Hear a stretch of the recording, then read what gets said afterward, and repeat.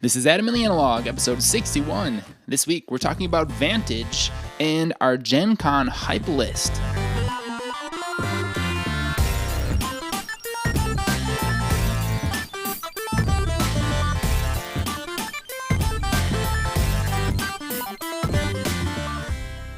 Hello and welcome to Adam and the Analog, the only board gaming podcast unofficially sponsored by Hideo Kojima. I'm your host, Harrison Dunn. Choo choo, and I'm Corey Murphy. Sorry, I just got off the hype train. Oh, the hype train? Where did you take it from? Where are you coming from? Indianapolis. Lucas Oil Stadium, baby. Wait, Gen Con already happened? It happened last year, and I have been driving home this whole time thinking, man, I just want to go back. And we're almost there. It's almost August, isn't it? It sure is.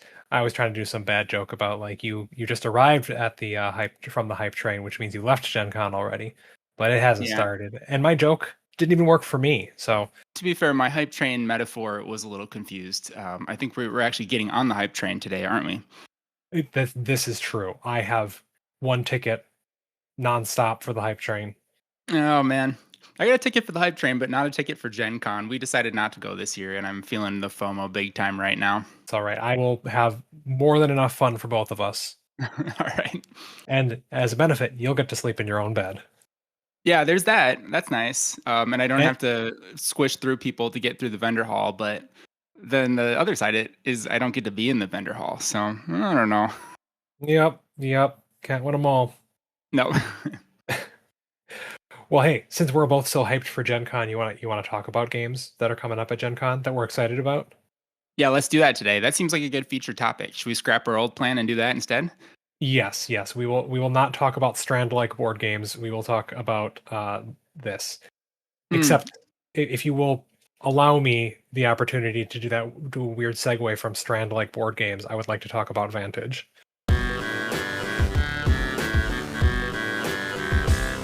Vantage was on my hype list, and the only reason it has come off of my hype list is because I bought it ahead of Gen Con. Jamie Stegmaier, Stonemaier did their pre-launch, and if you bought it on the website and you subscribe to the champion thing, you're able to, or it wasn't even conditional on being a Stonemaier champion. You could just buy it from their website. So they shipped it to me, and I played it. And so I don't have to put it on my Gen Con hype list because I've now experienced it. I imagine it's going to be on a lot of people's Gen Con hype list, though. This is probably the hot ticket item this year.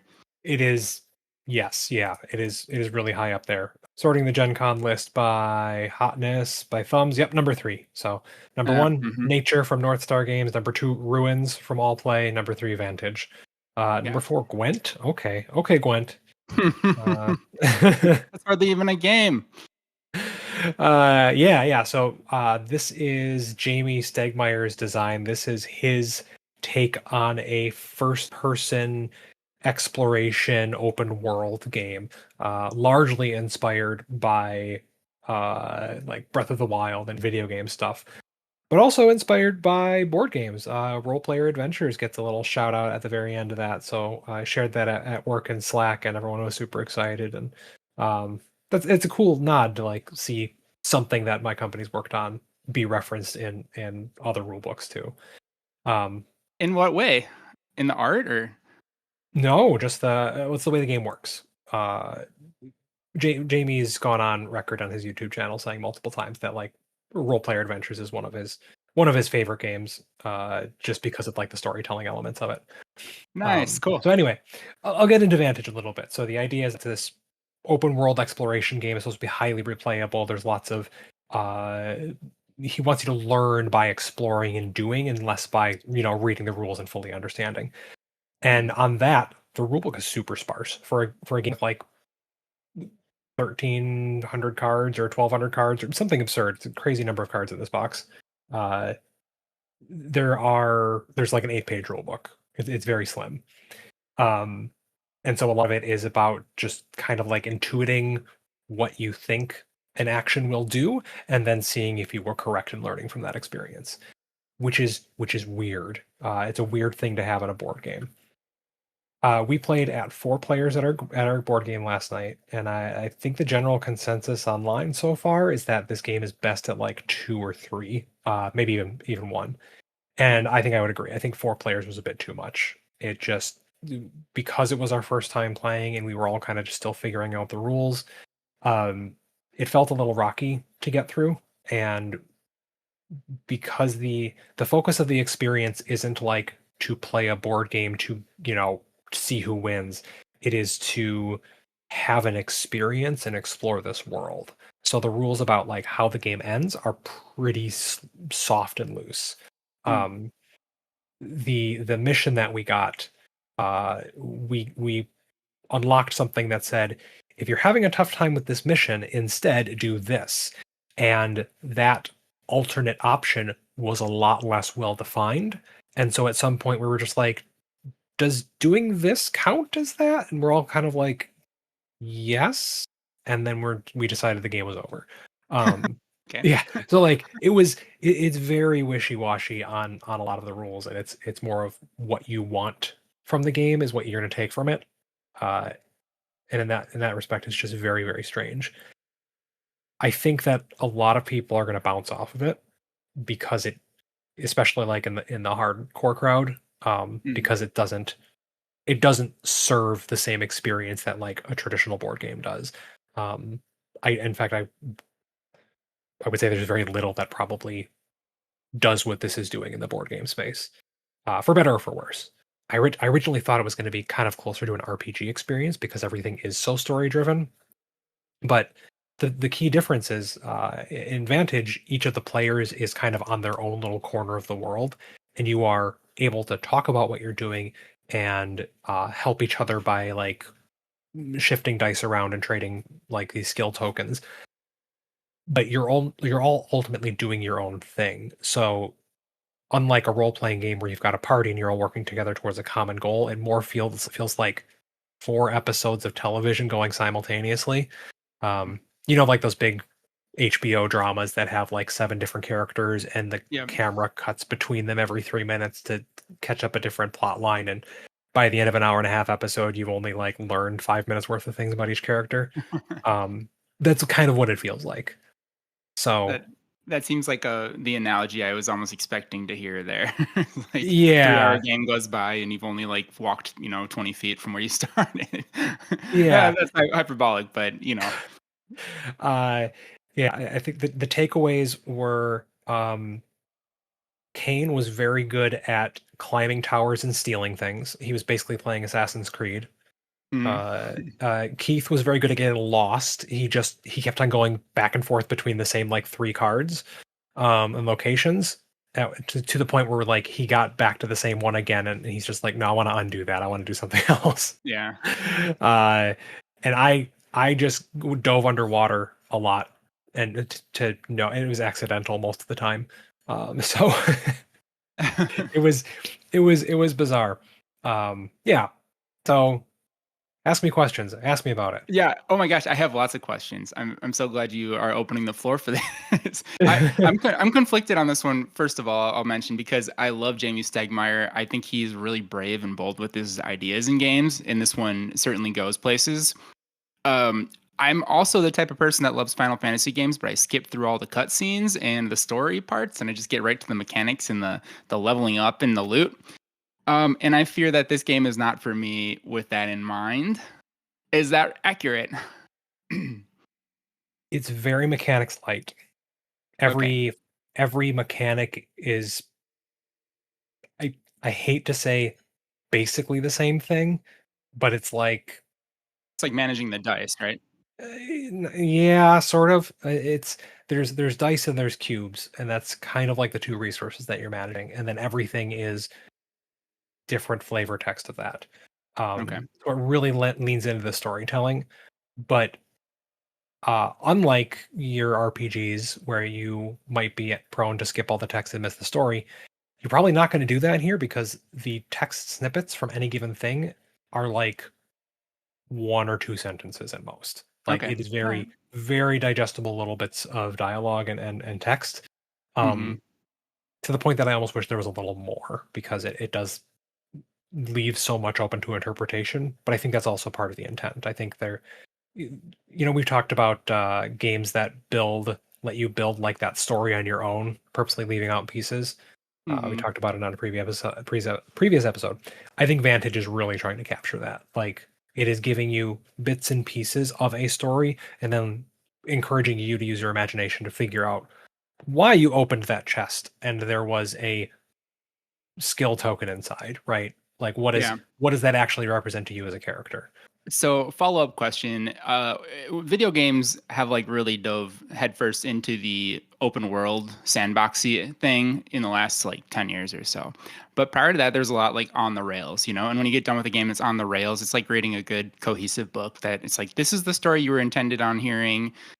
You get done and it's told, you know, it's got a plot line, right? But when you do anything like choose your own adventure or sandbox, sometimes it gets a little convoluted. Sometimes it ends early. Sometimes, you know, it like doesn't make a whole lot of sense or seems kind of random. I fear that this game might have some of that. I think that's a hard balance to walk, hard line to walk. Um, what do you say to that?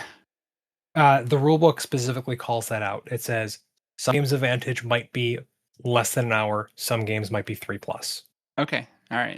And it really is up to the players to uh determine like how far they want to push it. There are a couple outs throughout the game of like points where you could end it early, or you Hmm. could continue on with those characters if you're enjoying yourself or you want to explore it.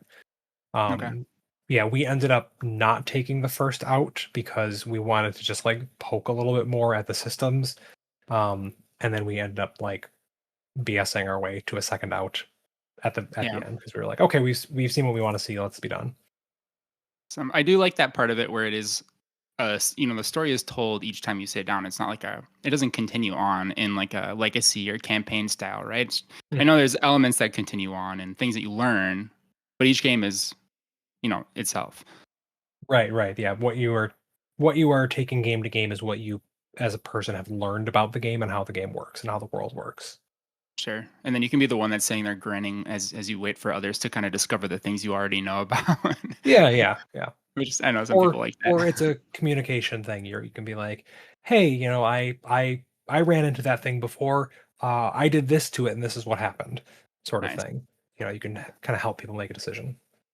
Yeah, that's fun. That definitely helps my understanding of it. I hope it helps others too, because this game really is kind of an enigma right now, Yeah, as far as just being so vast and so different. And I think that's really cool. I imagine this will open people's eyes to this whole other way of going about games. I know Sleeping Gods to some extent kind of does this too, where it's just open world and you sort of discover things as you go. Forgotten mhm, Waters is another one. Um, but this seems really cool and like a huge project. And it was like 8 years in the making, right? yeah, yeah. I think the edge that this has over those games you mentioned is that this is the storytelling is much less uh how would I say, like, the storytelling is much more in your hands as the player. Okay. Whereas like the ones you mentioned are these specific narratives that have maybe a couple of branching points, but it's a very like tailored experience. This is not that. This is very, very broad. Um, I imagine that this might happen like the same around RPGs where people will have a really good game of Vantage and then they'll tell their friends about it and they'll not understand why they like the game. Yeah. It's like your D&D campaign isn't amazing because you did that one thing with your wizard. It's amazing because it's a story that you're telling with your friends, and that's a lot less valuable to someone you're just sharing the story with. Right. Um, Right. yeah. Cool. Last thing I just want to mention about this one, and I'll turn it back over to you. I refrain from any further questions after this. This game has like what 800 cards in it or something. That blows my mind. It's like a $75 price tag for this game, but you definitely get $75 worth of value on 800 cards. I mean, that's 800 pieces of art. It is $90. 90. Okay. $75 was like the pre-release price Ah, if you got it. if you Okay. pre-ordered it early. Well, Yeah. even so. I mean, is that true? They're not repeating art on any of these because that's the whole point of this. Is you're looking at a new scene each time you look at a card, right? Uh yes and no. So there are some cards that feel more like slight variations on artwork. The scenes, the scenery, the vantages are all pretty unique and pretty striking. But then like Hmm. some of the character and artwork cards feel very sparse in comparison. Like Okay. there's cards that represent abstract things like a skill in something, and instead of it being like this tableau of a character interacting with another character to demonstrate that skill, it's more of like an abstraction of it. Um, Sure. which is in like almost a cartoony style. So there are definitely some shortcuts to make, you know, however many cards worth of art. Uh, Hmm. yeah. Okay. Well, in any case, this is a pretty incredible feat of production in my eyes. I'd Yes. say. Yes. I cannot imagine developing or playtesting this or proofreading Mhm. it. Yeah. My God. Awesome. Okay. Well, what about you? What have you been playing recently? Well, we've been doing a really good job with the recent releases lately. Lots of 2025 love going on, and we'll continue that today. But I got to jump back a couple years because I played Wonderland's War for the first time a few weeks back.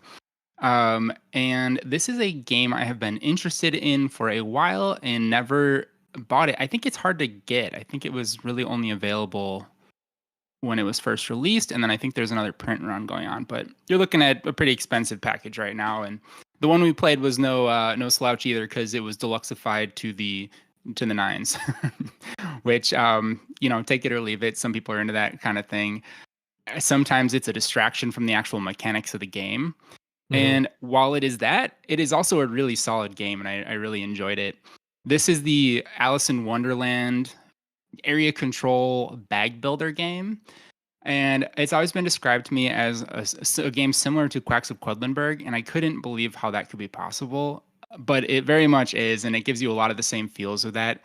With that, it's a lot of the same highs and lows where there's a lot of risk and reward and, pushing your luck, and it can really feel bad when you bust. Um, but what you're doing is you're starting the round out by drafting different cards that give you different abilities and effects. And then in the second phase of the game, players are resolving combats around the map. There's like, I think, 6 different areas. They're all going to be worth different points. And the combats are managed by the bag drawing. You're either adding chips to your bag in the first phase or, adding meeples to the board. And they represent 2 different elements of the combat because the bag drawing the chips out of the bag, the numbers that are represented on those chips are either increasing your combat value for that combat or removing meeples from the board. And that's kind of like the, if you think of quacks, it's the cherry bombs. Those are like your bust tokens, right? And Okay. so you can be a super underdog by having like one meeple in a fight and then drawing really good, right? But you can also have a whole bunch of meeples and then you can just keep pushing your luck because you can bust more often with more meeples. So it's this interesting balance of like these 2 different elements. And Oh, it so those it bus tokens remove your own units? yeah, basically. Oh, okay. Okay. Yeah, there's a little more intricacy to this whole system. It's a little more complicated than I can explain right now. It's a 3 out of 5 on BGG, but once you get it going, it's really pretty smooth, and you start to realize these really cool interactions between the tokens you're adding to your bag, little combos and things. And there's a lot of asymmetry to make it kind of a new experience every time you play it. And we played it twice in a row. It was like we Oh, we had geez. like Oh, we had like a okay. 3 hour game, and the next day, my friend texts me. He's like, "What are you doing at 1 o'clock today? We're gonna do it again." He's like, "All right, cool. Well, we know the rules. Let's get it done." Run it back. Yeah. So super fun. Have you played this? I have not. I remember when it came out, was it last year or the year before? Someone was bringing it to our game night pretty regularly, but it looked more like a dudes on a map fighty game, and I knew the games took super long, and they wanted to play it at the highest player count every time. So I was like, I'm not. I'm gonna sit out. So I have Yeah. not tried it. The, to I was the to the point of dudes on the map fighty, I think it is that. I don't get me wrong, but the experience of that like the fighting is so much different than other fighting games. I don't think I would write this one off just because it's got that kind of interaction to it. It's almost like just comparing like a Quacks of Quedlinburg bag draw. You know what I mean? Like Mhm. everyone's pushing their luck. It's like who can go the furthest. It's not as confrontational as many other games. And I think like I would play this one with Nikki, for example. She hates fighting games. I think she'd like this. Okay. Yeah, I won't talk too much about this one because it's an older game, but I did want to mention it because we had a lot of fun playing it, and looking forward to playing it again. I will not be adding it to my collection because I don't have enough space on my shelf, but my friend Anthony's got it, so we'll be playing it at his house. And that's Wonderland's War. Cool. Yeah. Yeah. I did not know the bag building element of it, so that makes it Mm, me much more interested in checking it out in the future. yeah. But hey, Corey, we've been talking for a super long time about things that are not our Gen Con hype list, so we should go talk about our Gen Con hype list. Okay. Choo choo. All right, so today's topic, we're doing a special topic. It is our Gen Con hype list. So these are a handful of picks, and we're gonna throw some honorable mentions in there, I'm sure. But our games that we are most hyped to check out at Gen Con, when possible, we'll note whether they're for sale or for demo. Looks like all but one are actually for sale, so Yeah. we'll see when we Sorry. get there. Corey, I'm gonna be a gentleman here. You're not getting to go to Gen Con, so I will concede first to you. You can go first. It's not too late. It hasn't happened yet, but I imagine it's sold out at this point, isn't it? And at the Yeah, very least, probably. I will have nowhere to sleep. So, This is yeah, yep. I'm not going. Okay, thanks for letting me go first. I'll get the one that's not actually for sale at Gen Con out of the way right away. I had to include this though because this game. Well, first of all, let me mention this. If I were going to Gen Con, these are the three games I would go out and pick up if they were available. This one's not available, but I certainly would demo it there. It is called Defenders of the Dictionary from Adam's Apple Games. And Adam's Apple Games is the company that brought Planet Unknown, which I see in the background right now for you, Harrison. Yep.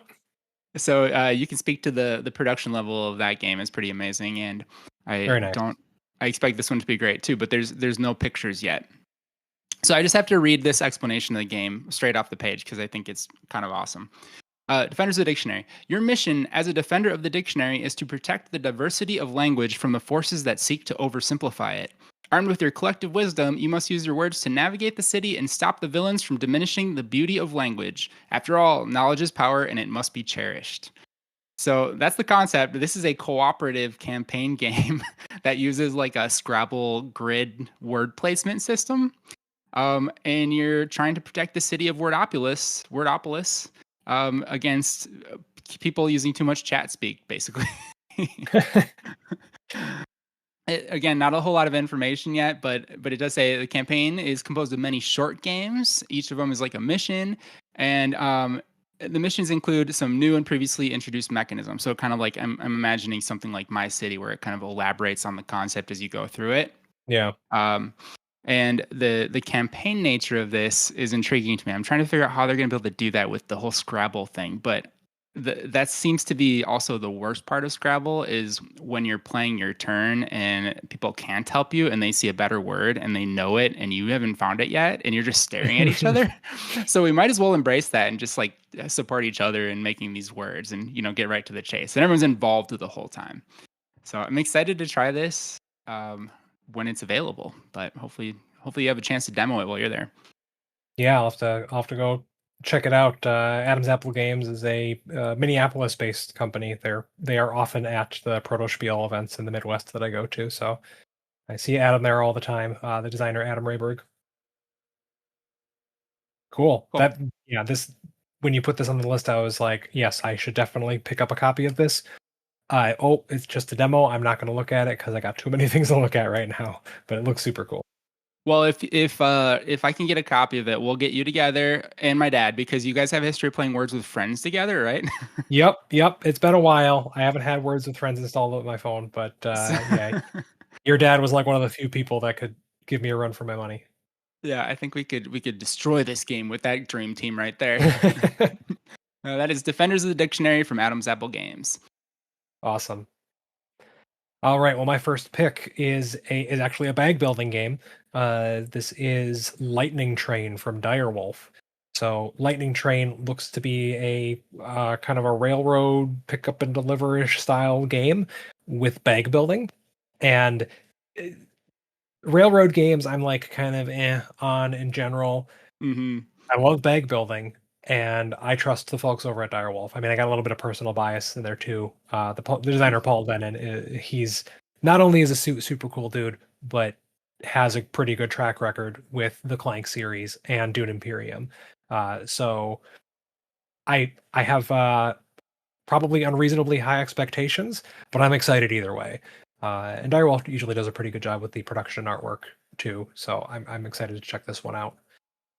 I did watch a very brief playthrough, live play through the Dice Tower, and the gameplay loop looks like you're pulling chips from a bag. Some of them are trains that you can spend to like build rails between depots or build stations, and then you're trying to connect different routes to complete contracts and acquire more chips for your bag. Uh, it looks super cool. I'm very excited to try this out. Yeah, this is very no frills too, and I think you know what you're getting with Direwolf. They get right to the core mechanics. They make it as easy to use and easy to read as possible. Think of like Dune. It's this very opaque kind of art style. This has this going on for sure. You know, it kind of cuts out all the board is like straightforward. That's what I'm trying to say. Okay. Yeah, But yeah, and very colorful.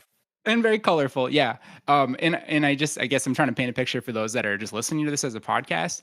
But this game's pretty big right now, and I think a lot of people have seen it. Worth noting, Paul Dennen designed one of the greatest games of all time, Dune Imperium. So I wouldn't be surprised if this is just solid gold. I'm excited to try it. They don't have anything on the BGG page yet. They have like done a whole bunch of reveals or marketing besides like a couple videos with the Dice Tower. So yeah, I'm really excited to see this in action, see what people's reactions are, and play a copy for myself. I am planning to get one. I should be able to pick one up. Cool. Add it to the list. Cool. That is my number one pick, Lightning Train from Direwolf, which should be for sale. My number two, I'm so excited about. I found it this afternoon and I added it to the list. I kicked off one to my honorable mention. We'll talk about that later. But I couldn't pass this up. This game is amazing. Well, I think it's going to be. I've never played it yet, obviously. But Gibbers, the word game of language invention and civilization development. And this comes from Hobby Japan. So it's kind of listed on BGG with Japanese characters first. But it looks like there will be an English localized version coming to Gen Con and for sale. Otherwise, it looks pretty hard to find. Okay, this game is all about creating a language cooperatively. And so you start out with 18 base words that you and your peers create together. And basically what you're doing is there's a little post-it note for each word, and you're going to write the pronunciation on the left. You can kind of decide whatever that's going to be, but it can't be close to the actual word. The example I'm using was from the Meeple University video, and they have Ike is yes, and Boklir is water, and Idea is I. And I should say there's 4 words that always have to be included. I, yes, no, and no. K-N-O-W. Other than that, you have choices, and there's some suggestions on how to develop the other 14 words that start your core language. Once you've done that and you use your native language to do so, you can no longer speak in your native language during the game. You have to use the made-up language to solve the rest of the game. And here's how that goes. Each round, someone is going to draw a card off the top of a deck. It's going to tell them which word, well, they have choices, I should say. There's 5 different choices, each with a different kind of suit, which word they'd like to get the rest of the group to solve. And they need to use the words from the made-up language to try to describe that word. And then the team has a certain number of guesses at what the English meaning, or whatever the native language is, of that word is, and then it's added to the vocabulary. So this is the civilization development part, because there's like 3 or 5 ages depending on how or what level of game you play. There's a complicated version of the game that lasts, they said, like 3 hours. But the base version in 3 ages, each age becomes progressively more advanced in like technology and terminology, to the point where like the 5th age, if you do that, you're trying to guess words like liberation, supernova, elementary particle, international, using your like 18 core words that you started with, which are generally very basic and kind of like prehistory terms.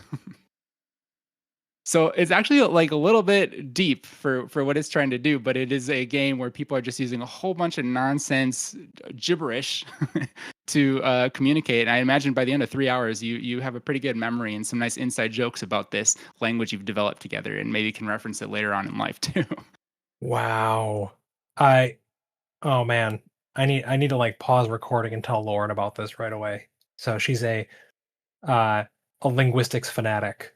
Yeah. And she's constantly talking about, how various languages were derived and how, especially the crossovers between different languages. This Hmm. looks fascinating. Yes, I was thinking that too with our mutual friend John, who's also was a linguistics major. I think he'd really appreciate this. It's kind of like a case study in developing a language over the course of, like, in this case, an hour or 3 hours. But obviously, that's a very sped up process or something that takes like hundreds and thousands of years to do. Yeah. All right, Hobby Japan, take my money. Yeah, no kidding. Yeah, let me know if you can find this one. Yeah, Um, I don't they didn't say whether it's going to be for sale on the BG thing. Where did you get the info that they were going to be for sale? oh, I thought I did. I guess let me check that real quick. I filtered by for sale. Are you seeing it on the list? Yeah, for sale it just says NA. Oh shoot. Okay. All right. Well, I take that back. We Sadly, don't know this for one sure might. if it'll be for sale. It Yeah, might this one be. might not be available. But so if it's on this list, it's represented at Gen Con in some capacity. Maybe it's a Mhm. demo, right? Right. Okay, so it may be a moment before it's actually available in the US. But yeah, the fact that Meeple University had a how to play video is promising. So keep your Oh, eyes peeled. recent forums say English version is in stock at this website and then was sold out by a couple days later. So it says Yeah. they were sold out as of July 20th. We're recording on the 23rd. Yeah. So Yeah, I mean, I'm not looking on Board there. Game Oracle and I see nothing. So that's, you know, Oh that yeah. means it's Okay. pretty tough to find. Yeah. We'll see if they actually have them. Neat. Okay, so once Cool. again, that is Gibbers, the word game of language invention and civilization development. Yeah. That's a tough word to say quickly, but it's like gibberers, like Oh, those that gibber. gibberers, yeah. Gibberers. Yeah. I had to hear you say it a couple times before I was like, oh, that's what he's saying. Okay. No, I was saying gibbers. I read it wrong. Okay. Thanks for catching me. All right, what's your second pick? All right. So my second pick is it's something inspired by the auto battler genre. I've been fascinated by this like recent Yep. trend in games. And this is from DV Games. It is Rumblebots.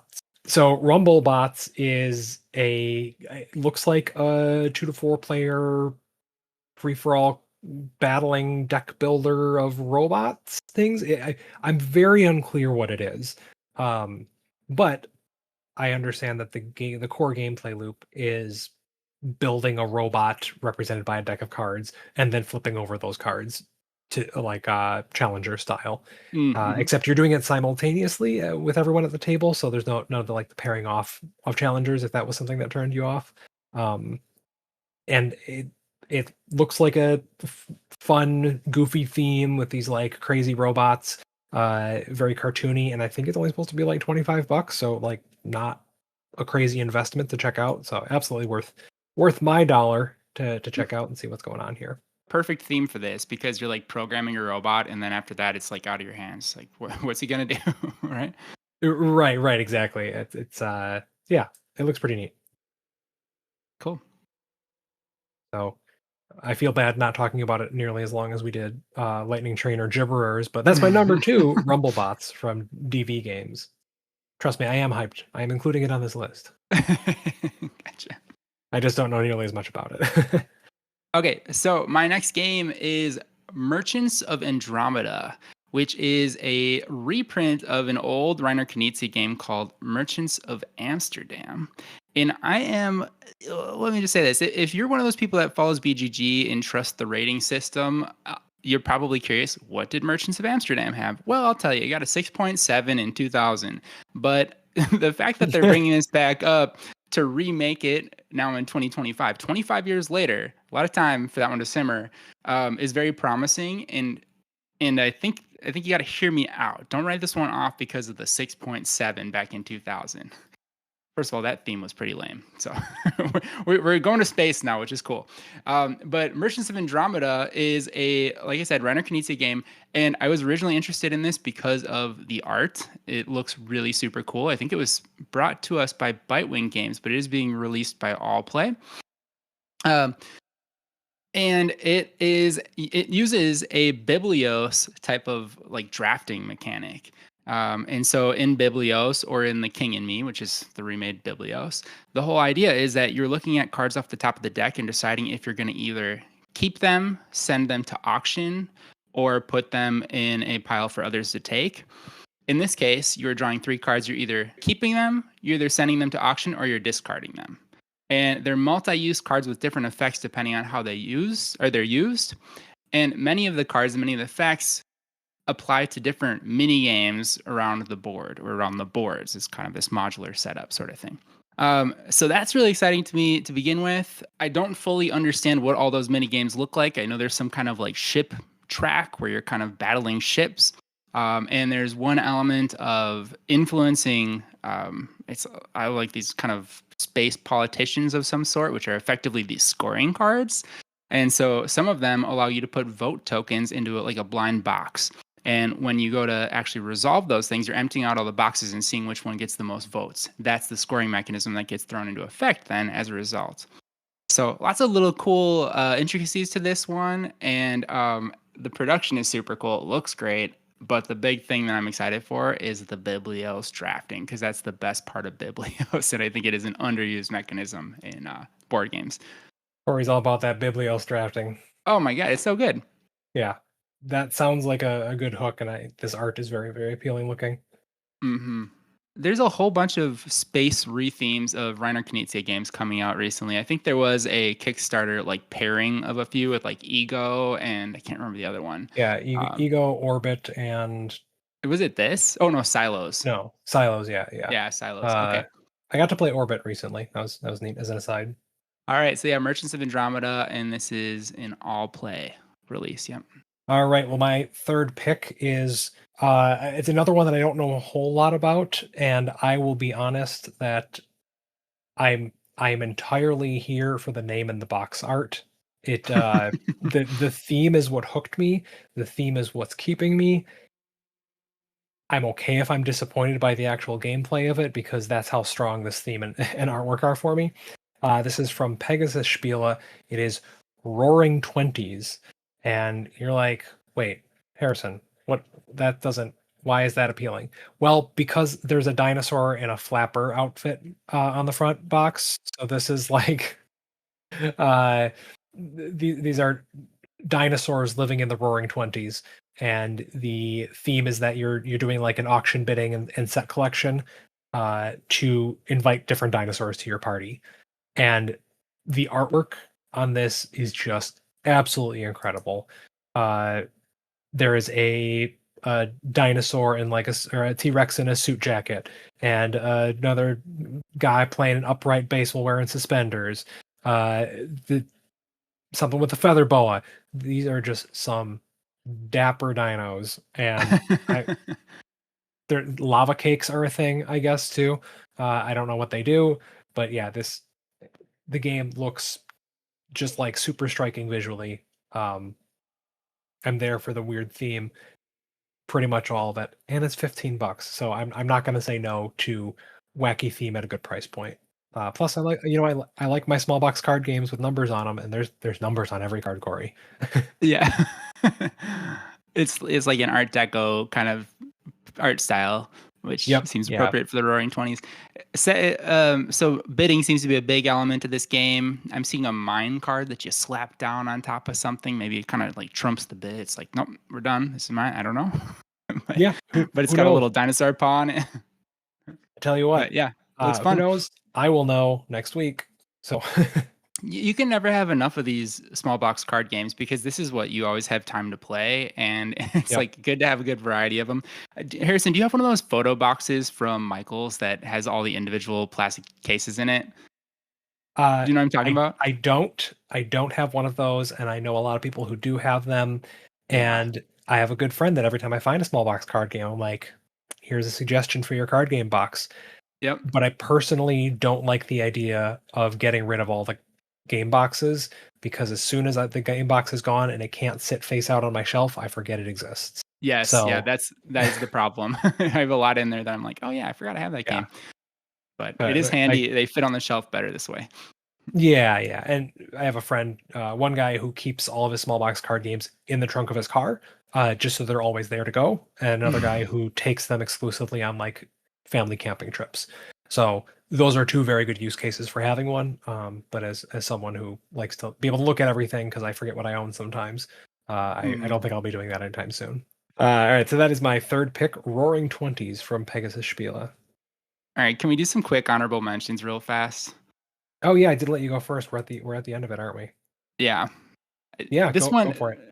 this is the one I had to kick out of my list from when Gibberers was added, but it also looks cool. So Alibis is an all-play game. It reminds me a little bit of Codenames in the description, but we're looking at like a lineup of criminals, but they're all these kind of superhuman aliens and monsters and things like that. The art's really fun. Each of them gets assigned a term: kindergarten, snake, camera, Alaska, and each player is assigned two of the characters to be like theirs. And they have to do word association to give one single word that connects the two that they are assigned. There is enough for all of the players to have two on the board, and then there's one left over, and that's the actual like criminal. Apparently the theme doesn't really play out very well, but it does allow for some cool art. The idea is basically you're trying to use everyone's word clue to connect their two clues on the board, and then whatever is left over, that's the one you're trying to identify as the actual criminal in this case. So it's almost like a simultaneous code names where everyone's trying to play at one time rather than waiting for someone to come up with the clue. Which again, worst part of code names, just staring at someone while they think. But obviously a light game, but it seems like a lot of fun. Alibis. Yeah, I got a couple honorable mentions too. So another all-play game, Twinkle Twinkle, is coming out. This is a like tile drafting game where you are building out constellations in a night sky, and the tiles are all like clear acrylic with little stars and other constellations etched into them. It just looks like a cool component hook, and it was designed by Ammon Anderson, the same wonderful gentleman who brought us Gnome Hollow last year. Okay, that looks really cool. Yeah, it just looks super neat. I don't know how solid it's going to be. I don't care. It looks adorable. And the acrylic tiles, I love a new component hook.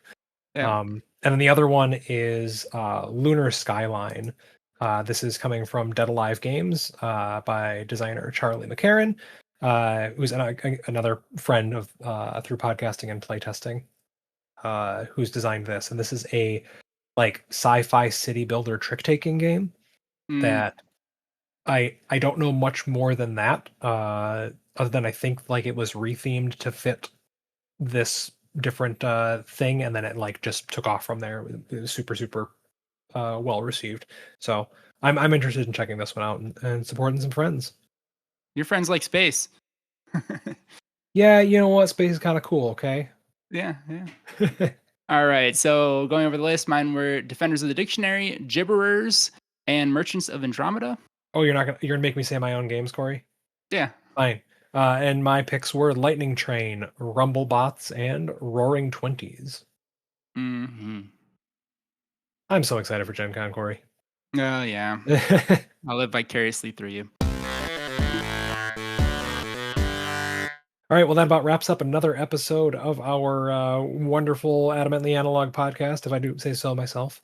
But before we get out of here, Corey, I'm sure you've been doing things besides playing board games, right? You wanna share anything that you've been into besides playing all those great board games? Yeah, and I'll keep it short because I know we're going long today.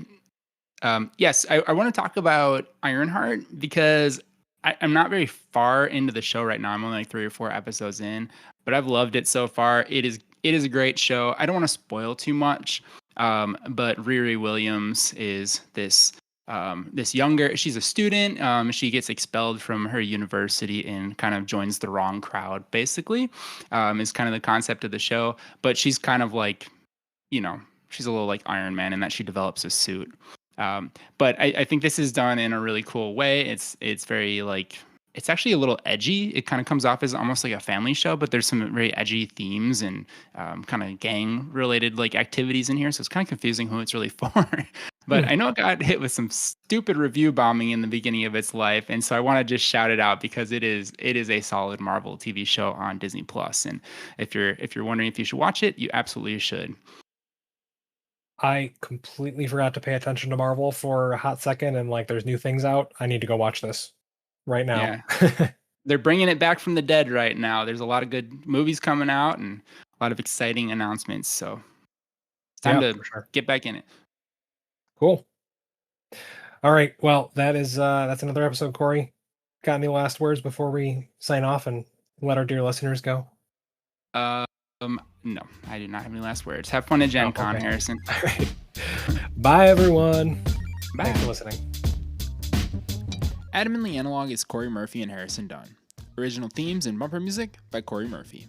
Reach us at adamantlyanalog@gmail.com. Thank you for listening.